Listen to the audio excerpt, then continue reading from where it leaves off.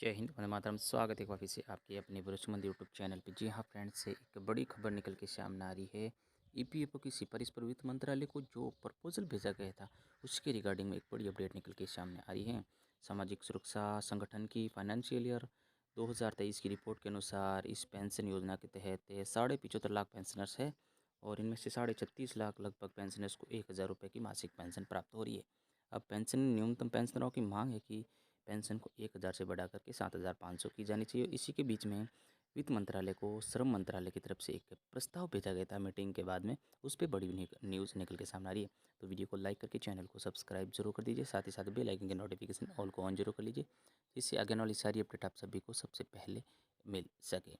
जहाँ फ्रेंड्स से ईपीएफओ की सिफारिश पर वित्त मंत्रालय सहमत नहीं है। ईपीएस के तहत न्यूनतम पेंशन दोगुनी करने से किया इनकार। जहाँ फ्रेंड्स न्यूनतम पेंशन 2,000 करने का प्रस्ताव को अस्वीकार कर दिया गया है। केंद्रीय वित्त मंत्रालय ने कर्मचारी भविष्य निधि की न्यूनतम पेंशन जो कि 1,000 रुपये से 2,000 बढ़ाकर करनी चाहिए, ये प्रस्ताव श्रम मंत्रालय ने केंद्रीय वित्त मंत्रालय को भेजा था। और कर्मचारी भविष्य निधि संगठन के फैसले से लेने वाले शीर्ष निकाय केंद्रीय ट्रस्टी बोर्ड की शनिवार को हुई हालिया बैठक में इस प्रस्ताव को नामंजूर किए जाने के बारे में जानकारी दी गई है।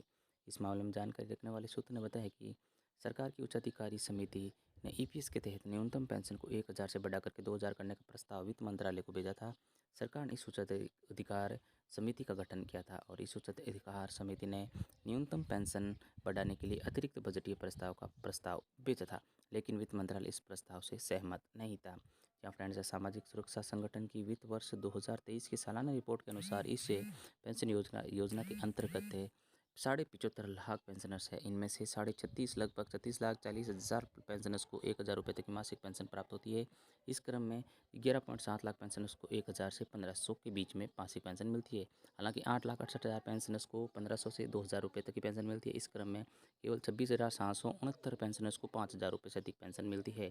केंद्रीय ट्रस्टी बोर्ड के एक सदस्य ने नाम उजागर नहीं करने की शर्त पर बताया कि इस बैठक में हमारी मांग न्यूनतम पेंशन को बढ़ाने की हो रही है। पेंशन का सालाना मूल्यांकन किया जाता है। पेंशन फंड का सालाना मूल्यांकन किया जाता है और यदि यह कोष इजाज़त देता है तो अतिरिक्त रियायत मुहैया कराई जाती है। वर्ष 2000 के बाद से ज़्यादातर किए गए मूल्यांकन में कोष घाटे में था और इसलिए कोई अतिरिक्त रियायत मुहैया नहीं कराई गई। केंद्र सरकार ने 2014 में बजटीय मदद मुहैया नहीं कराई गई थी और न्यूनतम पेंशन 1,000 से अधिक नहीं बढ़ी थी। व्यापक स्तर पर न्यूनतम पेंशन बढ़ाए जाने की मांग उठी जा रही है, लिहाजा भविष्य में न्यूनतम पेंशन बढ़ाई जानी चाहिए। ईपीएस 1995 पे स्वयं वित्त मुहैया कराने वाली योजना है। इसमें कर्मचारी की मासिक आय का 8.33% अतिरिक्त कर्मचारी भविष्य निधि कोष में मुहैया कराया जाता है। इसके अलावा केंद्र सरकार मासिक वेतन पर 1.66% केवल 15,000 रुपये से कम मूल वेतन पर राशि मुहैया करवाती है। संसद की श्रम मामलों की स्थायी समिति ने मार्च 2022 में श्रम मंत्रालय से कहा था कि 1,000 से मासिक पेंशन बेहद अपर्याप्त है। समिति ने श्रम मंत्रालय के मामला वित्त मंत्रालय के समक्ष रखकर पर्याप्त बजटीय मदद प्राप्त करने के लिए कहा था।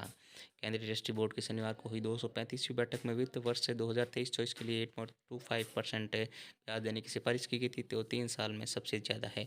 बोर्ड ने 2023-24 में ईपीएफओ के सदस्यों कुल करीब 13 लाख करोड़ रुपए की राशि 1.07 लाख करोड़ सदस्यों को वितरित करने की सिफारिश से की है।